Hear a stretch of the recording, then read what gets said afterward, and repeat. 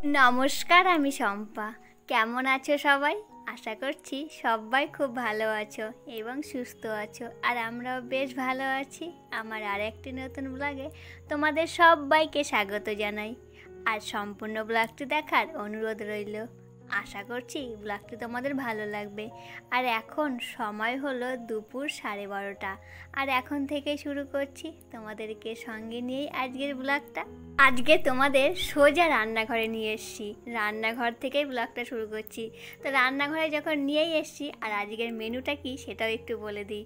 আজকে আমাদের মেনু হচ্ছে চিংড়ি মাছ আলু দিয়ে, যেভাবে রান্না করি সাধারণত, তোমাদের এর আগে হয়তো দেখিয়েছি। তো সেই চিংড়ি মাছ করছি, আর লাউ দিয়ে ডাল করব, মুসুর ডাল। ডাল তো সেদ্ধ হয়েছে, তোমরা দেখেছো সেটা কৌটোর মধ্যে। আর একটু করব পাট শাক, ব্যাস এটাই আমাদের দুপুরের মেনু।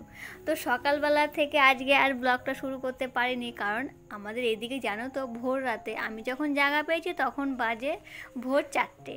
এখন তার আগে কখন শুরু হয়েছে বলতে পারবো না। প্রচণ্ড ঝড় হয়েছে জানো, বৃষ্টি হয়েছে কম, কিন্তু হাওয়া হয়েছে প্রচুর, আর বাজ পড়েছে। তো আমাদের এদিকে তো এরকমটা হয়েছে। তো তোমাদের ওইদিকে কার কার বাড়ির ওইদিকে এরকম বৃষ্টি হয়েছে, ঝড় হয়েছে, কমেন্টে কিন্তু জানাতে ভুলো না। আর প্রচণ্ড বাজ পড়েছে জানো, বাজ পড়ার আওয়াজেই আমি জায়গা পেয়েছি। তো আমার হাজব্যান্ড উঠে টিভির প্লাগ এগুলো সব খুলে দিয়েছে, তখন জায়গা পেয়েই আমি আওয়াজ পাচ্ছিলাম। হাওয়ার এত আওয়াজ, শোঁ শোঁ করছে জানো তো, মানে বাইরে যা ছিল সমস্ত কিছুই ফেলে দিয়েছে হাওয়াতে। তো সেই জন্য সকালে অনেক কাজও ছিল, সেইগুলো সারতে সারতে অনেকটা দেরি হয়ে গেছিলো। সেই জন্যই আজকের ব্লগটা সকাল থেকে শুরু করতে পারিনি। আর এই দেখো রান্না বান্না কমপ্লিট।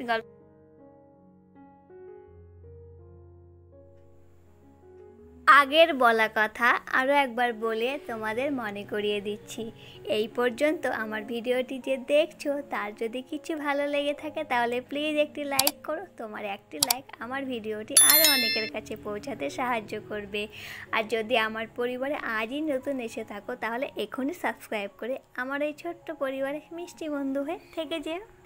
এই তো অনেকটা সময় কাটিয়ে আবার এলাম তোমাদের সামনে। দুপুরে রান্না বান্না, স্নান, পুজো, খাওয়া দাওয়া সমস্ত কিছু কমপ্লিট করে একটু শুয়েছিলাম, মোবাইলটা নিয়ে নিজের মতো করে সময় কাটালাম। তারপরে 7টা এখনও বাজেনি, তার আগেই উঠে পড়েছি। 7:15 কিংবা 20 এর মধ্যেই আমার টাইম করে জল চলে আসে। তো সেই জল ধরতে হবে, তো সেই জলে আমাকে সম্পূর্ণ কাজ সেরে নিতে হয়। আর এই দেখো ভাতের হাঁড়িতে জল, এই জল কালকে রান্না করব, তার আগে আমাকে রেডি করে রাখছি। জানো তো এখন তো সেভাবে গরম পড়েনি, তার মধ্যেই আমার জলের সমস্যা শুরু হয়ে গেছে। আসলে এটা এখন বলে লাভ নেই, এটা আমার এখন নিত্যদিনের সঙ্গে। এভাবেই আমাকে সময়গুলো কাটাতে হয় জলের এরকম সমস্যা নিয়েই। তো সমস্ত বাসন মাজা হয়ে গেছে, রান্নাঘরের জল যেটুকুনো লাগবে সেটা ধরাও হয়ে গেছে। এখন একটু আমি দুধ খেয়ে নিচ্ছি, আর ওইদিকে বাথরুমে এখনও বালতি গামলা ভরা হয়নি। তো ভাবলাম ওইদিকে ভরুক, এদিকে আমি এই কাজগুলো সেরে নিই। প্রচণ্ড গরম লাগছে জানো তো, প্রচণ্ডই গরম লাগছে, আর কাজ করলে আর বেশি গরম লাগে। তো এই দেখো আমার জলও প্রায় ধরা হয়ে গেছে, আর একটুখানি বাকি আছে। এখন এটা নিয়ে কলটা বন্ধ করে তারপরে আমার ঘরে একটু গিয়ে বসবো আরাম করে। আর বেশি লাফালাফি করলে না আর গরমটা বেশি লাগে, তখনই মনে হয় হ্যাঁ বেশ গরম পড়েছে। আর এই নাইটিটা জানো তো, না সুতি না সিনথেটিক, কেমন যে একটা কাপড়, ওই জন্য আমি এই সময়টাই পরছি। এই যে ঘরে চলে এসেছি, এখন ফ্যানটা চালিয়ে দিলাম, এখন একটু আরাম করে বসবো, বসে চুলটা খুলে একটু হাওয়া খাবো। তারপরে একটু টিভি দেখছি, আর দুটো আঙ্গুর আছে, কাজে লাগার আগেই কটা খেয়েছি, আর কটা আছে, ভাবলাম চলো আগে কাজটা সেরে আসে তারপরে আরাম করে আবার বসবো। তো এখন একটু আরাম করে বসে আঙ্গুর খাবো। এইটুকুনো সবে গরম পড়েছে, তাতেই এত গরম বলছি। এরপর যখন আরও বেশি গরম পড়বে তখন তো সেই অবস্থা। যদিও আমার গরম খুব কষ্ট হয় সেটা হয় না, আমার মনে হয় কি শীতকালেই বেশি কষ্ট হয় জানো তো, ওই যে জল হাত দিতে হয় সেটারই কষ্ট, তাছাড়া কষ্ট নেই, তাছাড়া ভালোই লাগে। আর আমাদের পক্ষে কি বলো তো, গরমকালে মেয়েদের একটু সুবিধাই হয়, ছেলেদের ভীষণ কষ্ট হয়, কারণ ওদের বাইরে থাকতে হয়, তো বাইরে ভীষণ গরম।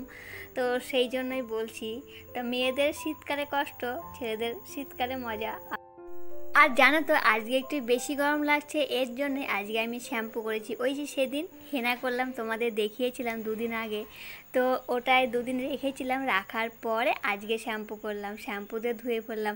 আর গরমটা একটু পড়েছে তো, আর ঘামছে, আর মাথাটা দেখে চুলকাচ্ছে, সেই জন্যই আর তাড়াতাড়ি আমি শ্যাম্পুটা করে ধুয়ে ফেললাম। আর এই দেখো আঙ্গুর সম্পূর্ণ খাওয়া হয়নি, দুটো আছে, এটা ভাবলাম চলো আগে কাজগুলো করি আর একটা একটা করে আঙ্গুর মুখে দেবো। এই যে তিনটে জামা গেঞ্জি এগুলো সব কেচেছিলাম কালকে, আর একটু ভেজা থাকলে না আমি এরকম রাতের বেলা মানে সন্ধ্যেবেলার দিকেই ঘরে নিয়ে এসে রেখে দিই। আর সন্ধ্যেবেলা যদি না আনতে পারি রাতের বেলা শোয়ার আগে আমি নিয়ে আসি, নইলে না ওই যে কখন ঝড় হয় কখন বৃষ্টি হয় তো বলা যায় না। আর বৃষ্টি হলে তো তার ঠিক আছে ভিজবে না, কিন্তু ঝড় হলে কোথাকার জিনিস কোথায় গিয়ে পড়বে, দেখা গেলো কোন নোংরার মধ্যে গিয়ে পড়লো, সেটাকে তো আর নিতে পারবো না। তো সেই জন্য না আমি এরকম খাটের স্ট্যান্ডের উপরেই এরকম করে জামা কাপড় আমি মেলে রাখি। সারাদিন বাইরে থাকে, রাতের বেলা আমি ঘরে নিয়ে এসে রেখে দিই। তো এই দেখো এখন শুধুমাত্র ভাঁজ করে রাখলাম, এখন ইস্ত্রি করার কোনো দরকার নেই, কারণ এগুলো সবসময় রাফ ইউজ করা জামা কাপড়। তো এখন তবুও আমি শোকেসের মধ্যে রেখে দিই, বাইরে রাখলে না কেমন একটা ধুলো পড়ে যায়, সবসময় তো লাগছে না, যখন লাগবে বের করে নেবে।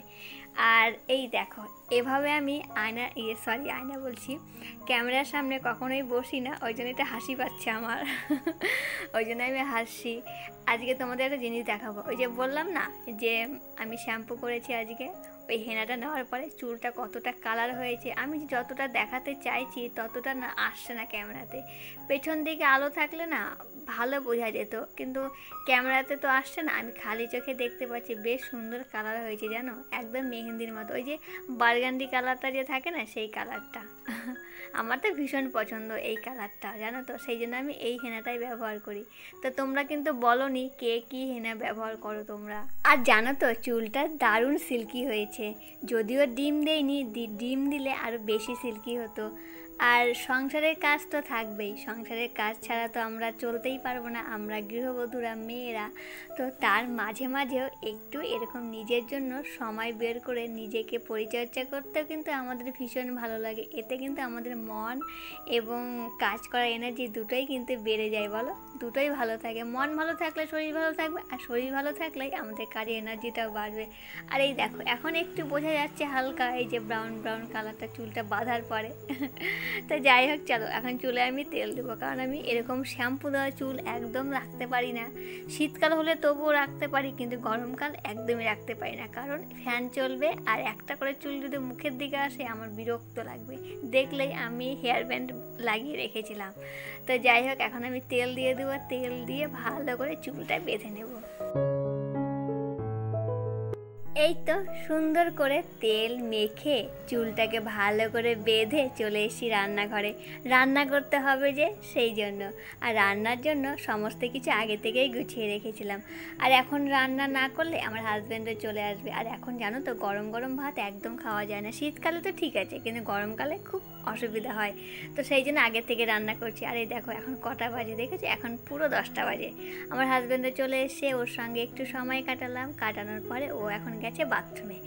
ও বাথরুম থেকে আসতে আসতেই না আমার মশারিটা টাঙানো হয়ে যাবে, বিছানা গোছানো হয়ে যাবে, কারণ এই কাজটা আমাকেই করতে হয় যত কিছুই হোক। শুধুমাত্র শরীর খারাপ হলে তখনই আমি এটা থেকে ছুটি পাই, নইলে না, তখন আমার হাজব্যান্ড করে।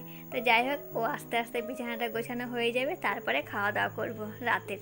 তাহলে চলো সবাই ভালো থেকো, সুস্থ থেকো, সাবধানে থেকো। আর ভিডিওটি কেমন লাগলো অবশ্যই কমেন্টে জানিও, ভালো লাগলে একটা লাইক করো। তাহলে আজ আসি, আবার দেখা হবে কাল ঠিক দুপুর 2টোর সময়।